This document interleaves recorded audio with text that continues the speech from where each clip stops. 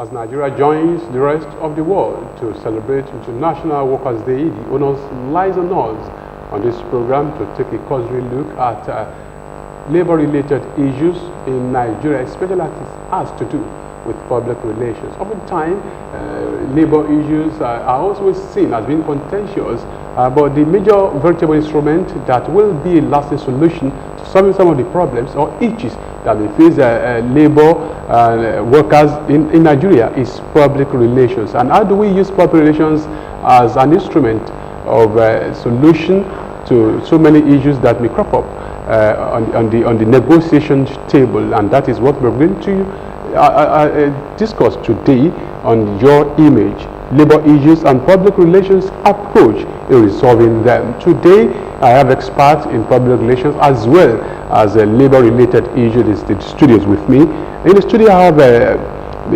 one-time Chief Press Secretary to an ex-governor in Ogun State. He's also a journalist and PR practitioner of note. Join me as I welcome Mr. Derrick Folari. You are welcome, sir. Thank you very much. I also have one-time chairman of NIPR in Ogun State. He's also a fellow of the Institute.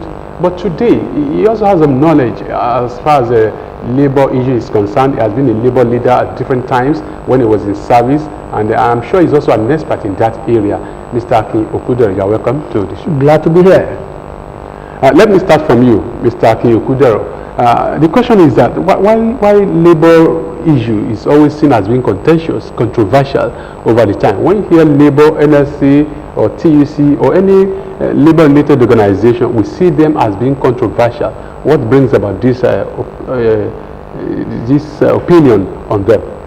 Well, from time immemorial, when the welfare issues were in the front burner, you remember that there was this issue of racism, when blacks were being maltreated, were being denied of their rights, and so many other issues.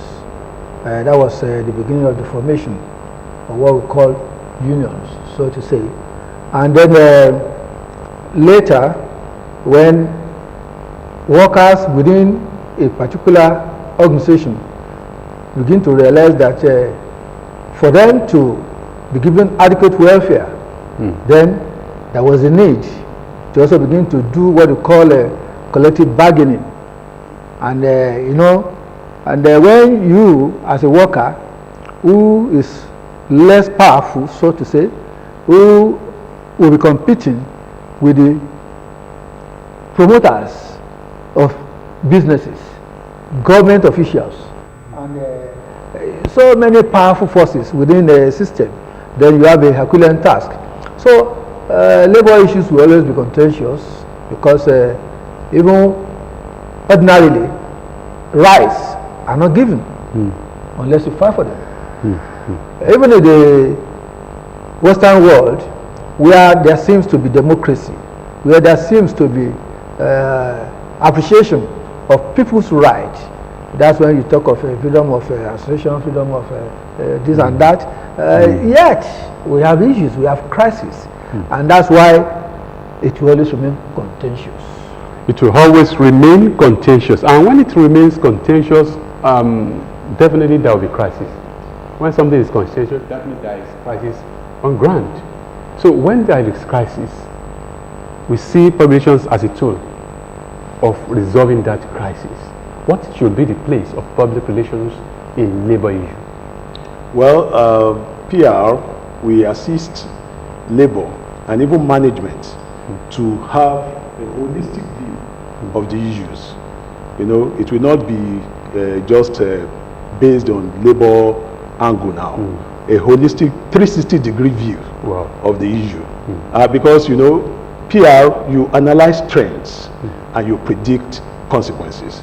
So, if if the welfare of the workers, if due attention is not being paid to it, so the labor union will advance this to management, and in doing it, they'll say, okay, look, for 2 years now, you have not promoted us. We want promotion. This is our due. This is our right. And eternal vigilance is the price of liberty. So because for you to ensure that you get your rights, you you need to articulate what you need. And management also will look at the funds that they have. Say, because of XYZ, we cannot do this. So this is where the conflict comes in. Let me interject. Must we fight for our right before it is given to us in an ideal society? Well, it's not fight really. Okay. You know, it's asking for it. Okay. It's not fighting. Okay. Asking for it. Sorry, Mr. Management. Okay. 2 years have passed. Our members should be moved to the next level. Management will say, sorry, we can't do this now because the resources are not there. Paucity of funds. So yes, you now have the time to say, okay, if you can't take 10, why not 5? This dialogue comes in. And you know it is better to judge than to war. So even the conflicts that you have, it will still end at the round table. So why not, you avoid know, it. avoid it and exhaust all issues. You know, if there should be plan A, plan B, plan C, and plan D, you know, it's a give and take kind of thing. You know, it's not winner takes all. Winner takes all. It's give and take. It's give and take. Let me go back to Mr. Aki Okudero. Oftentimes, when labor people are agitating for one right or the other, oftentimes we see it as being a lost battle, and this is not is related to probably lack of education on the part of unionists, so to speak. Don't you think there should be need for proper labor education on the part of those people who lead this struggle? Your opinion? Well, I thank you for even injecting that. It's not just lack of education. Yeah, let me first of all delve into the area of labor education that you touched. I give kudos to those people who have earned their time in labor-related issues, and those people who have aspired, who have climbed the rungs of the ladder and get to the peak of the labor. But let me say this. The current trend now is that politics has encroached into union matters. Can you please expatiate more on that? Nowadays, people who are deep in industrial labor relations, people who are round pegs in a round hole, dealing over the years in labor-related matters. Most of them, when it comes to change of batting, they are not privileged to be there. Money, politics is now the issue. They now play a prominent role in getting some people to ascend to the height of the labor ladder. So now, besides education, and let me say this, there is need for serious education. Workers, operators of the union matters must be able to be schooled in the art of labor politics, labor relations, labor education. Besides that, we also have lack of understanding of labor law. Why do I say so? You realize that the Trade Union Act, which came into being to regulate trade unions in Nigeria, has designed the constitution in a way that every union, the rights is named. You can see, in fact, it has given them the decisional scope, which gives them the area where they can drive their membership, where they can operate. Of course, that's why we have, maybe most of the time, you see the names and you see where they operate and who should be their members. So we are now in a situation where everybody is claiming that they have the fundamental human rights to associate with whoever, with whatever association they want to associate. But that is not the case in labor matters. The Trade Union Act has so much designed the constitution in a way that it gives you the jurisdictional scope. For example, the Nigerian Union of Teachers, wholly you see them being teachers. Nigerian Medical Association, wholly you see them as medical doctors and the like. And when you look at the pharmaceutical Association of Nigeria, you see pharmacists built there. So when you go to railway, you also see railway workers of Nigeria.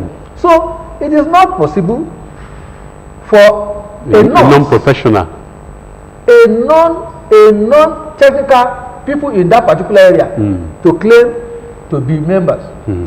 There also too, it is not appropriate for union operators to now begin to say, because they are on membership drive, they now begin to poach. Okay. And when they do that, that is why we have crises all over the world. So which means that the jurisdictional issue is part of the problems that Labour has. Yeah. All right, thank you very much. Having said that, Mr. Dare Folani, now, Labour relations is an allied area of public relations practice. And in fact, it has a role to play when it comes to Labour issue. So what should be the role of practitioners themselves in training and retraining? Because you talk about Labour education, I think it should be the role of you practitioners to design a program to educate them per se on what to do and what not to do, and to know their rights and to know when to claim their rights. Because some issues are lost before even they started it. Yeah. So what should be the role of you practitioners? Well, the NIPR, has been meeting with professional bodies, and I'm sure that we have programs designed for labor. Let me quickly say something. Mr. Okudero was talking that too much politics in labor. Labor is politics. Politics? Labor is politics. It's part of politics. What they do. I want to learn more from that. Oh, what they do is politicking, for their rights, enlightening self-interest, advancing their own interests. That's politics. Welfare of the people, welfare of the workers. That's politics. I mean, so labor is politics. So that's why you see the transition from labor to politics. Look at Comrade Adams Oshiomhole. Look at others too. It's always like that. It's politics. They are schooled in the art of dialogue and trying to get their rights. So once they come down to and they do this in a very emotional and very powerful. Even the song itself, when they are singing it, you see the pulse. You feel the pulse. So they are passionate about their issues. They are passionate about their rights. So where NIPR will continue to partner with labor leaders and labor organizations, so that Bible says my people are destroyed for lack of knowledge. So once they have the requisite knowledge and to articulate their views and the laws, they will know how to go through it. You can see that even some lawyers now, most lawyers now, some labor leaders are either lawyers, some are journalists, some are PR experts. So it's labor prepares them, that role, that leadership role of aggregating and articulating the views of your members. That's the way it goes. Look at also in student unionism. You see that student unionists usually later in life graduate into politics. It's like a training ground. That's also labor. What labor is too. It's also a training ground for politicians. So that's the thing. The right of the masses. You must continue to agitate for your rights until victory is achieved. All right, this is Your Image. I'm sure you're enjoying my guest. We're talking about labor issues and public relations approach in resolving these issues. And this program is part of the activities marking the International Workers' Day. Of course, Nigeria is part of the celebration. And in Ogun State here, we are also celebrating how do we use public relations to ameliorate some of the crises that emanate from labor organizations in Nigeria. And I'm sure my guests are really doing justice to this. You can also be part of this program via the number that will be scrolling on your television screen. Mr. Akegudoro, now let me come back to public relations. You have been a labor person while you were in service. And what is the meeting point now between labor, when you are a PR practitioner and you also indulge in labor issues? So don't you think there will be a clash of interest in that? No, the first thing first, that let me paint a scenario for you. Okay. When I was the National Organizing Secretary for a particular union, a senior union, the first thing I made them to realize is that there is need for research. Where are you coming from? Your background. Your background. Who were the members, that is the member organization of your union? What were their areas of operation? What were the motives? What were the vision that they had? So, as at time, they do not realize the scope with which they were empowered.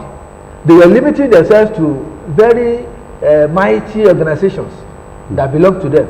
But we made it open to them that by your constitution, by your jurisdictional scope, you are expected to operate in both the state, federal corporations, statutory organizations, boards, and whatever.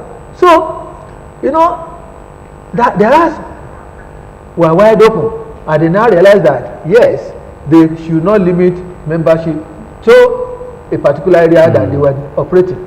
So that also, in a way, created more welfare issues and sustenance of those corporations in Nigeria. So the issue of research will also look at each organization by their mandate, what was expected of them, and you begin to look at it. Are they providing service value in view of their core values? The union has the power to begin to search and begin to see how organizations can deliver on their mandate. And unions are also experts. They are the people who can leverage productivity.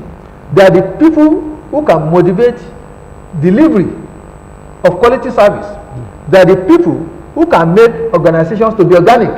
And when I say organic, means that they make them to function properly. Optimally. And why? With the knowledge of public relations that I had, we are now able to identify our publics and begin to motivate, drive their actions, bring them together on a round table, begin to look at the setup itself, and begin to look into how beneficial they can be to Nigeria and to also their other publics, which includes workers, which includes national, even international bodies, donors, world bodies that can also have influence in the area of quality of service, in the area of production, in the area of collaboration.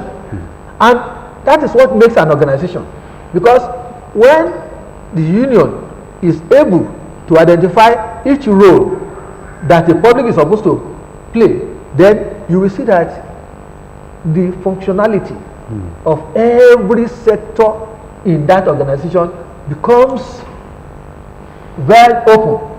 And then you see everybody being engaged, you see harmony, you see productivity, you see return on investment, and you begin to see a higher level of leverage. Thank you very much. Now, Mr. Adefolari, I can see you were smiling when he was talking. But you painted a scenario the other time when you were speaking, and you talked about the starting labor struggle when they were in school. I mean, student unionism. And don't you think that should be the responsibility of NIPR, having an institute where people will be trained from the grassroots, and they continue like that until they get to the peak of their career? Yeah, because it is very important, because when you are talking about labor issue, you should not forget public relations as an instrument, because you can go to war without ammunition. It is easy. When you are skilled in public relations, you can easily get whatever you want to get without banging the table. So what should be the role of NIPR in this? Yeah, well, NIPR should continue to enlighten this set of students and the labor unions, so that, you know, it's not everything that you agitate, you know, you forcefully for. Bible says wars are won by skillful strategy. You need to be strategic. You design your strategies and you know how to get it. You know, there is a time to retreat. There is a time to even give. You know, just like a game of chess, there are pawns. You just give. Say, okay, let's give management this, so that you are aiming to get something better. So they should all be schooled in this art of PR, and they should imbibe. But they have PRO. Don't forget that all these unions have PRO. And are they professionals? Are they professionals? No, they are not. So if they are not professionals, what should be the role of you practitioners? Okay, you know, that's the synergy that we're talking about. It's very important, because it is the role of the PRO to even enlighten them on which strategy to use at a particular time. You know that your members, they know what to do. You know, by virtue of the title, PRO, it's supposed to be somebody who should be schooled in the arts of public relations. So there is a NIPR has a lot to do, you know, by inviting all these so-called PROs. You are carrying the title, yes. PRO. Let's come and learn what is PR. You know, just basic introductory PR 101, so that they can know how to go about, you know, handling their jobs, handling their responsibilities. But let's congratulate workers on the occasion of this anniversary. Nigerian workers have been highly productive, and they have been the engine of government. So I want to congratulate all workers, you know, for surviving, for being alive to witness. Oh yes, I'm also a worker. For surviving to witness this year's Workers' Day. It's not, you know, life is hard now, generally.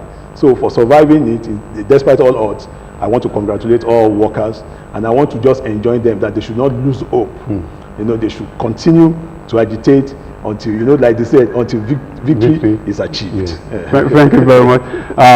Mr. Kodero now, he has congratulated workers, but what I want us to point out now is that if you don't agitate, especially in this country that we have found ourselves, your right will not be given to you.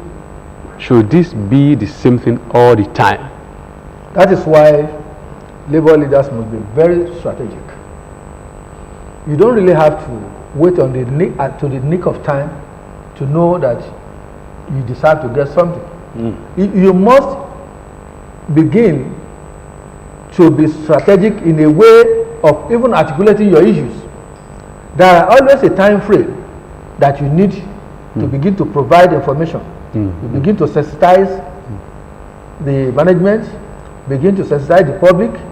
Oh, in a year's time, we're supposed to be this, we're supposed to earn this, the welfare issues is supposed to change, the organizational setup is supposed to have changed its technology. You know, all those things, they are welfare issues.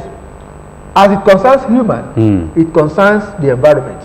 And when the human element is not taken care of, then the environment cannot be taken care of. So the issue now comes that we, not only leaders now, even the workers, must begin to time our demand, begin to make provisions for issues to come up, so that when you begin to calculate, at the time when you need to give adequate information, notice, and other necessary issues, you will have put them in place.